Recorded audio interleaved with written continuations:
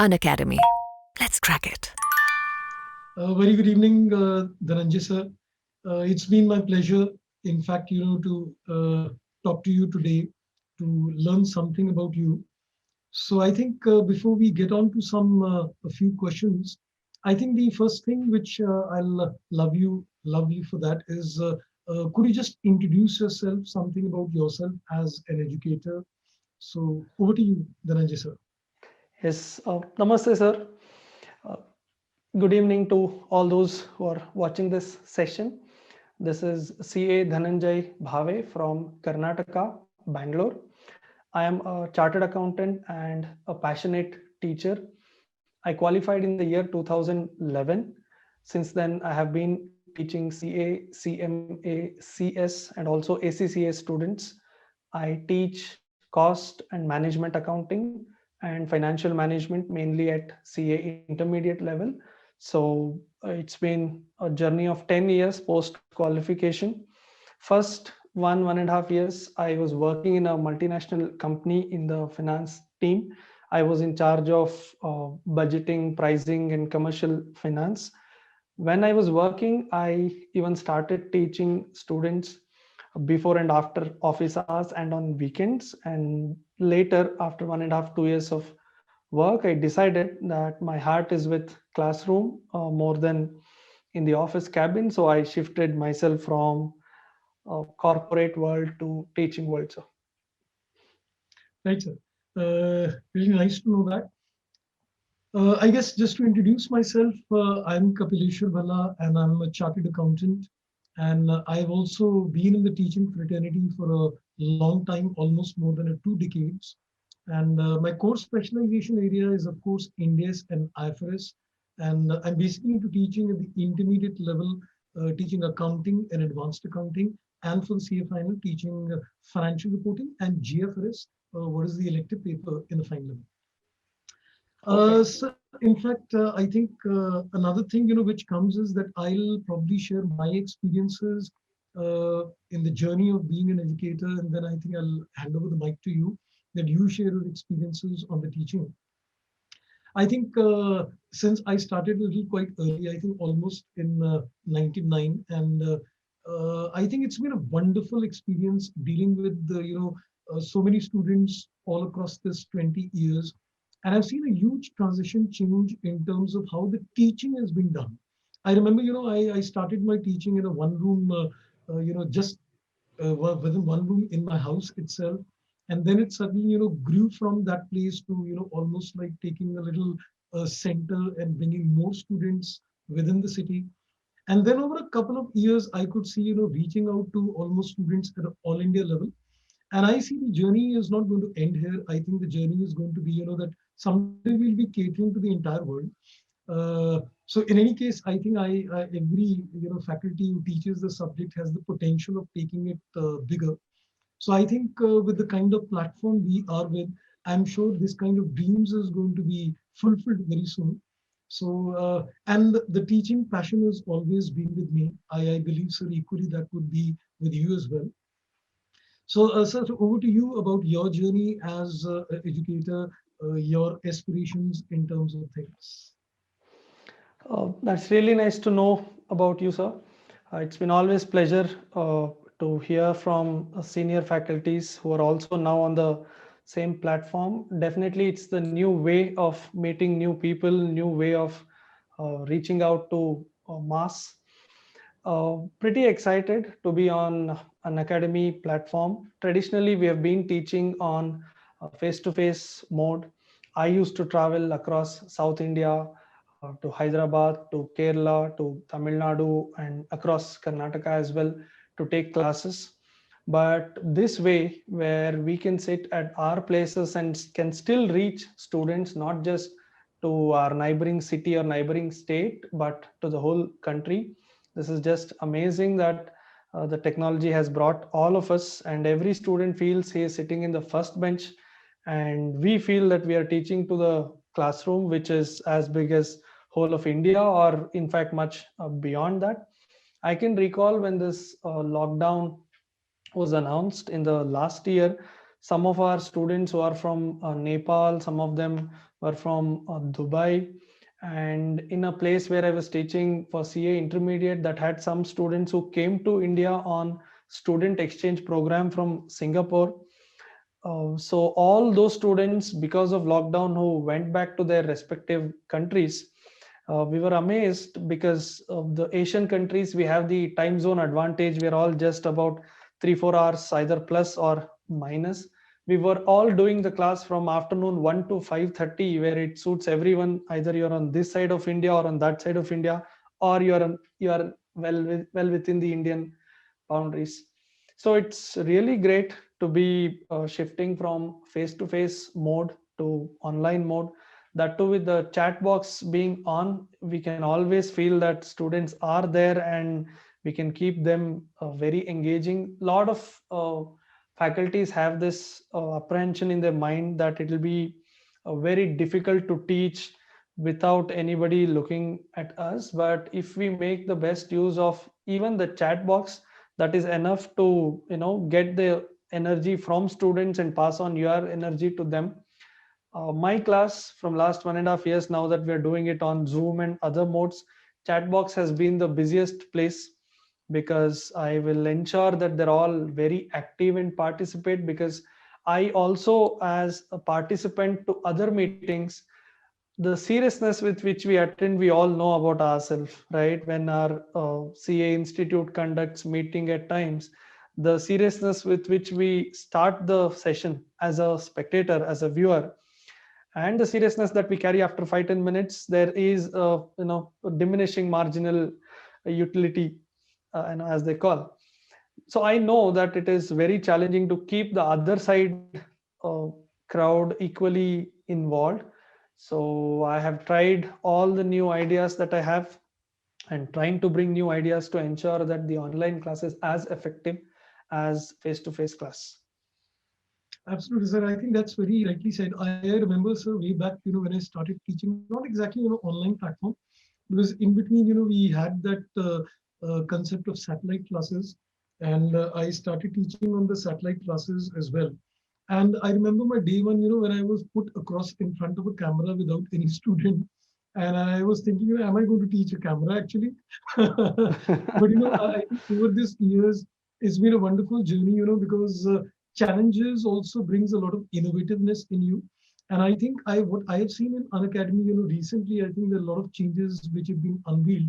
And I think what I hear is that now students, the learners will be able to put across their questions through a mic system as well, which is really great. And as you rightly said, the chat box has been a very important thing. I think first we were reading the emotions through the faces, but I think the words of the learners also, gives you a lot of insight about the emotions as well. So I think things are changing, and I think we are on like a DTH system, on a direct to home concept, where we're actually, making the learners feel very comfortable sitting at their homes. They can, talk to the teacher, they can learn the subject. So I think it's a fun learning for both the sides. It's, you keep learning things, you keep innovating things. And I think the kind of technology, what Unacademy has offered, I mean, I have seen over a period of last 1 year, it's been, a wonderful experience. And I'm sure you're going to enjoy the same kind of journey with them for the years to come, of course. So I think we'll also have that good association for the coming years as well. So any kind of success stories you would like to share, with us regarding your journey in this, almost a decade's time of teaching? Definitely, sir. I share this in all my classes as well, because I know there are a lot of students who will be watching even this discussion on YouTube. They always have this inferiority complex, that we are from a small town, we are from not so good school, we are not from English medium, we are not as good. A lot of students categorize themselves as either average student or below average student. So I myself is one such example. I also studied till 10th in a government school in the local medium here, our Karnataka's local medium, and I also belong to a very rural community. So accessing anything was difficult when I did my CPT in 2007 and 8. And with my own studies, I got just 101 for 200 in CPT. But that 101, I know how hard it was to get for a student who comes from a rural background without attending any coaching classes, without having a strong foundation backup of the subject knowledge. And from there, I could go on and clear my intermediate both groups in first attempt, and even CA final both groups in first attempt with almost 60 plus in all the subjects. I just lost all India rank in about 15 marks. I keep telling every student that if I can start from 101 in CPT, because 100 was the passing mark and 200 was total. So if I can start with 101 and go till just 20 marks less to a CA final ranker, then those who are starting with anything above 101, which is just 50.5%, they should all be directly aiming at a rank. So I started from 2008, and my 2011 was my CA final attempt, first and the last attempt. And sir, if you can recall, in that period when CPT and PCC was in place, not IPCC, it was 3 years of articleship, and you are allowed to write CA final exam in the last 6 months of your articleship itself. So we did the best use of that. We completed our, not only me, all my classmates, we did our CPT after second PUC immediately and started BCom evening colleges and morning CA intermediate classes, and then during the day CA articleship. So it was a very, very tough 3 years. I always tell the students from 18 to 23 or 24, they should be doing the 2 years work in the period of 1 year. That is when they can relax for 2 years later also with good earnings and good wealth backup. So we started the journey this way: morning 7 to 9:30 CA inter classes, 9:30 to 6 o'clock articleship, and then 6:15 to 9:15 evening BCom college. So 3 years in between intermediate exam we wrote, we cleared, and final classes, and then final examination we wrote even final in 2011 itself, when our articleship was still going on, and I had my CA final marks card in hand even before completing the CA articleship. So it was my 21st birthday, and within 1.5 months I wrote my CA final. So I always tell this, that if I can start from 101 and do all this, then students, anybody above 101, that is 50%, should be directly getting a rank, and anything less than that is underutilization of their capacity. Great, sir. I think it's been wonderful. I think, the journey which I think every teacher has, I think, sir, is becomes a learning experience for a lot of people, in fact. And I think your journey has been equally motivating for us. Sir, a few quick candid questions to you, if you don't mind. Can I go ahead with some very few direct questions? Yeah, whichever I can answer, I will. Otherwise, it's a pass. You should allow me. Okay, sure, sir. So what is your favorite subject? Always costing and FM. Truly, I guess, because you're teaching the same subject. So Yes, on the and contrary, sir, yeah. when we were studying, costing and FM was a single subject, and now it is broken into two as cost accounting 100 and FM for 60. So my answer is always costing and FM. Right, sir. In fact, on the contrary, sir, I did my financial management in final, because when I did my course, there was only costing at the intermediate level. Oh, okay, okay. Right, sir. So, on the contrary, which subject do you hate? Not hate, I would use the word not so comfortable with, is tax always. When I was a student, even now, if a client calls me and asks me something on tax, I would just say, I'm not able to hear you. I'll call you back. I'll check and call him back. So always tax. No second question. That subject made you a little struggle in terms of preparation, is it, sir? Yes, yes, because there is a lot to remember, and I am a person who would rather solve uh, problems using my common sense and application of mind than remembering section numbers, or whenever there is whichever is less, whichever is more, I would mess up. So I still remember all the tough sections. For me as a student, the section 80, even today, I can't answer even a basic question. So simple where concept logic takes a front seat, I would like. So accounts, costing, FM, to some extent even application of law, strategic management. But on the contrary, tax, especially when you say, look, these are the three numbers you have to remember, I would. I know, sir. I equally vouch for that, sir, because that's the reason, I also take up a practical subject because it's very difficult for me to, just remember the things without understanding logic. It becomes a real hard task. How do you put yourself as a student? You were very sincere, naughty. How do you define yourself? Okay. Sincere. I was very committed about studies because I am from a family background. My parents, they run a school, so I know how important education is for anyone. And I have seen from that rural background how with education things can be changed. At a very early age, I realized these things. So I think that made me a little more systematic. Sometimes some of my friends say more than what is needed, but I think that's what is needed from my point of view. So to the extent, I've interacted with you, I think that sincerity, looks quite prominent. So I vouch for that. uh, Thank you. what is something, you feel is something unique to your teaching style? Something which is like a USP to you? Sir, the subject of costing and FM, the nature of the subject itself is such that you cannot restrict this just to your book. I always start my class saying that we are all starting a hotel from today, and now let us learn costing.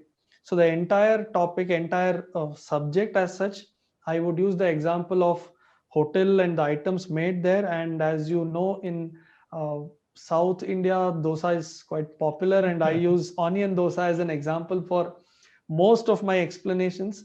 So people understand direct material, direct labor much easily when I say, look, the person who is making that dosa is a direct labor. So the USP of the class is to uh, take out the fear in the minds of students. And you might also have come across a lot of students who say costing is difficult because they expect it to be like accounts. There is no standard format in which questions would come. There is no standard format in which you can do the answer. There is no standard balance sheet. Whatever happens in accounts will finally end up with a balance sheet, a P&L, a trial balance. If not these, at least a ledger.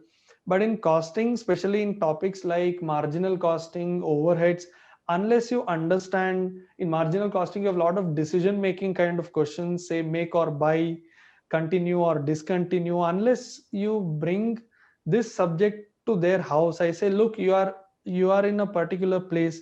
Tomorrow if you shift from that place to another place, will the house rent change? So we say fixed cost remains same, but if you take a decision to shift from this house to another house, based on the management decision, even fixed cost can change. But it will not change tomorrow if you have one more person in the same house. So it is not based on units, but based on the decisions you take. So I bring the subject to the place where they're sitting. All my material, labor, overhead topics are either from kitchen or from hotel or from a garment factory. So the examples that I take make the subject more connected. Bakery is another example that all the students understand and like. And when there is service costing, I take the examples of all that they have seen. For semi-variable cost, I say, look, the auto meter charges that you pay, it's 25 rupee fixed, and the more you travel, more you pay. And you feel bad when you travel for 1.3 kilometer, but you still have to pay 25.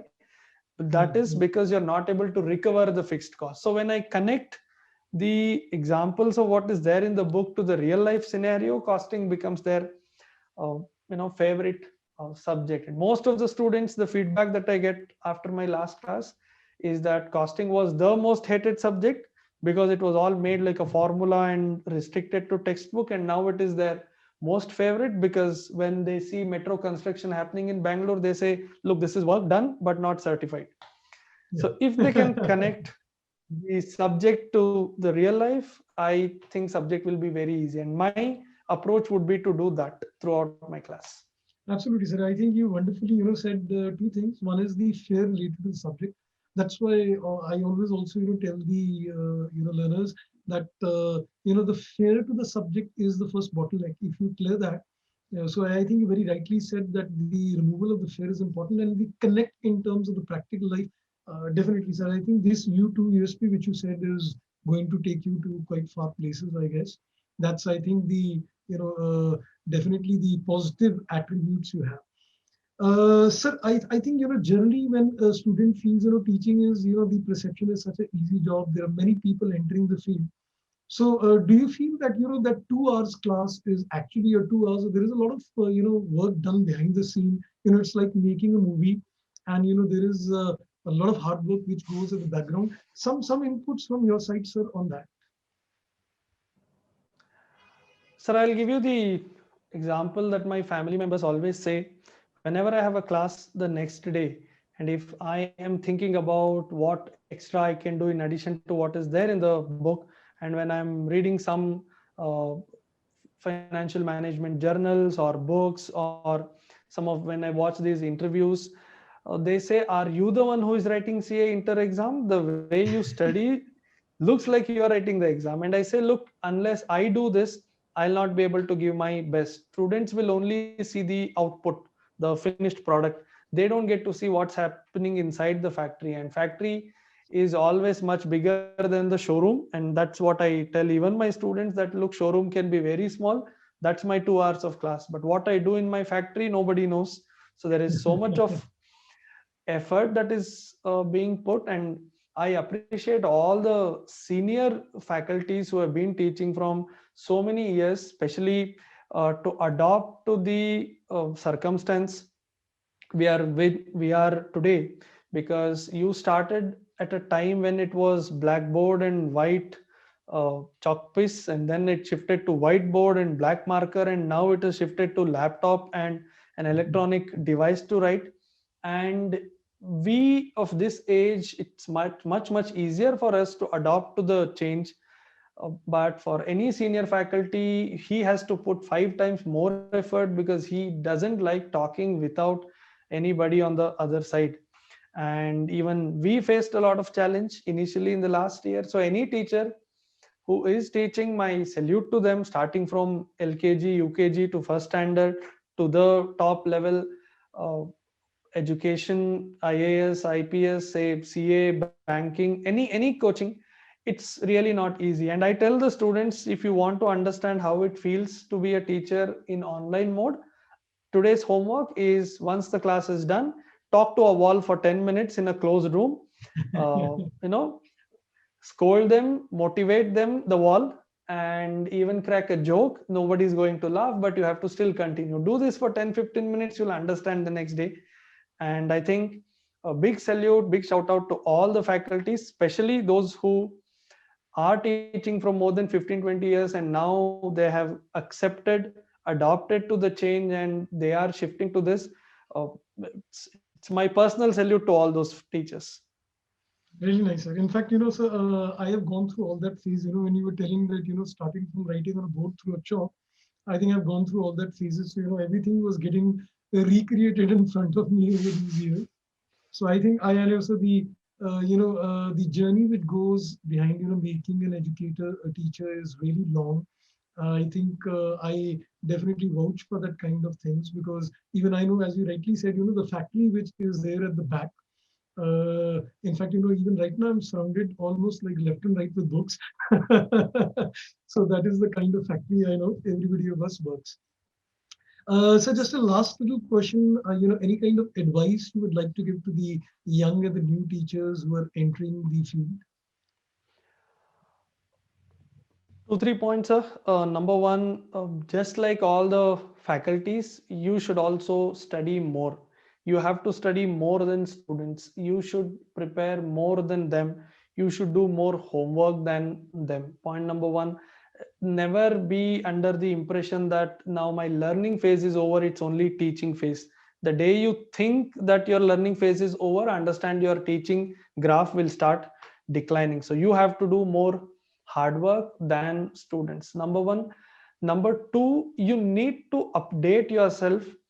Unless you are on Instagram today, the best example, unless you are on Instagram, you will not get to know the pulse of the students, because they are not reading the newspaper that you are reading. They are reading the posts on Instagram. So if you want to know what is there in their mind, you need to do what they are doing. So you need to be updated, you need to know what is happening, and you need to spend more time with the students, your target students. If they are from the age group of 18 to 25, you have no idea what 18 to 25 student is doing today, before and after the class. And we think newspaper articles are influencing them, television anchors are influencing them. The answer is a big no. They're all influenced by something else, which most of us, we don't even know. So that is Instagram, the influencers, the YouTube. If they are down today, they don't ask their parents, unlike what we did, or what Kaplesh sir did. If you fail, you would go and ask your friends, you would talk to your family members that, today I failed, I'm feeling very bad. You would cry, you would spend time with them. Today, if a student fails, he will go and type on YouTube some motivational videos, and the person who is motivating that student, consoling that student, he doesn't even know who is on the other side. So unless you know what they are into, you will not be able to, understand their pulse.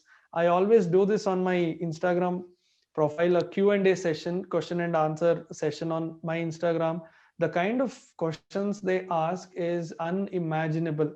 They have questions that it's not subject related questions, it's about the pressure that they undergo, the fear that they have, the family that is expecting a lot from them, how do they overcome. Now if that student is opening up and asking that question to me, that means, understand, they're not sharing these things with the people who are around. So in your class, you include all these things. You need to know what they need from you, not what you want. The generation of teaching is passed now, from teaching what you have in your mind to a generation where you have to teach what they want from you. You may know 100 things, but they may not want that from you. So you need to first know what is in their mind. So one is to study more than them, learn more than them. Second tip is to know what is going on in their mind. And unless you crack a joke that is most relevant, they think you are a old age teacher. So today, if I'm teaching, I should be talking about how Djokovic, managed to win yesterday's French Open final. Otherwise, you are out of their radar. So they expect that kind of update from you. So I think these are the two inputs to all the new teachers. Great, sir. I think it's been quite a learning experience for me as well, getting the tips, from the, young CA, because I have been a general of, almost 20 years. So I think when I speak to you, I think it's been a wonderful talk with you, sir. Very candid and a very nice talk. So before we close, a few motivation words from your side to, the young generation, the students. So two things. One, I have seen this in my life. I have undergone this. I've seen my students also. Hard work can always beat the talent. So if you think you had scored 100 out of 100 in 12th standard, second PUC, and then if you sit in CA foundation class with that in mind, that you have scored 100 in PUC or 12th, be ready to face the worst consequence.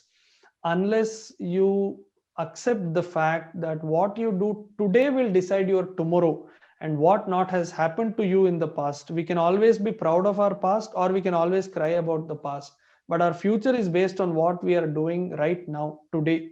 So never be under the impression that your past academic records is the benchmark to decide whether you can be successful in CA or not. I have seen a lot of students who come from science background and then clear all the CA exams in their very first attempt, because they always have this fear in their mind that they don't know accounts, and they study with a lot of interest in their foundation or CPT classes. But our commerce students, because they come with this preconceived notion that accounts is their easiest subject, and they've got 100 out of 100 in PU, with the overconfidence, they become lazy, and then they see a negative result in their CA foundation. So as they say, a wise man yesterday who doesn't work hard today will become a fool tomorrow. So don't carry your past baggage. That's point number one. Point number two, especially applicable for this year, is please remember the best of you should come out when you face the worst situations, right? You are not batting first. I'm a big cricket fan, sir, and I take cricket as an example in most of my classes. You are not batting first here. Institute is batting first. You are batting second. And when you are batting second, understand you need to know your target. You need to know your limitations. You need to know pitch is different now. Ball is different now because it's the second innings. And your best should come out under worst circumstances. And if you ask any favorite, any cricket fan, which is his favorite moment, 99% of them would give you the answer, which is chasing of something. We all remember 2011 World Cup chasing of Dhoni. If it was India batting first, and even if Dhoni had hit that six batting first, we wouldn't remember that innings. But because it was chasing, that was World Cup final. He was the captain. That was like the most challenging day, most challenging hour for him, and he came out with his best. And as I just now told you, even the yesterday's French Open match, Djokovic lost first two series back to back. You have 5 sets. He lost two. Had he lost the third, he would have lost the championship. And from third till the end, third, fourth, fifth, continuously he won all three. So it was 3-2 and he won the championship. That means Djokovic won not because of the fifth, not even because of the fourth, because of the third.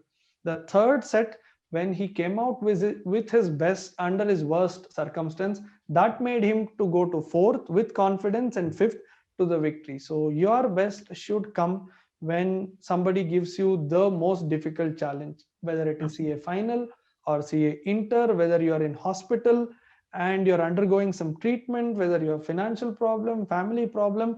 That is when understand you have lost 9 wickets and you have 35 runs to score in 20 balls. Do your best, and if you win, you will be the hero for rest of your life. And those are my 2 points to all the students. Great, sir. I think that was really motivational. That reminded me a very popular saying that, when the going gets tough, the tough gets going. So I think you very beautifully elaborated on that particular, concept. So it's been very interesting, sir, and very encouraging, I think, a learning experience for me as well to interact with you. And I think I hope to have more such opportunities of interacting with you. So thank you for your precious time, sir. Thank you so much. And we'll be in touch. Definitely, sir. Thanks a lot. Thanks a lot to an academy for giving this opportunity to interact with a lot of students via Kapilesh, sir. We are meeting for the first time, so I'm glad I got this opportunity. So thank you, sir. Thank you for your time. Thanks a lot. Bye-bye. Bye, sir.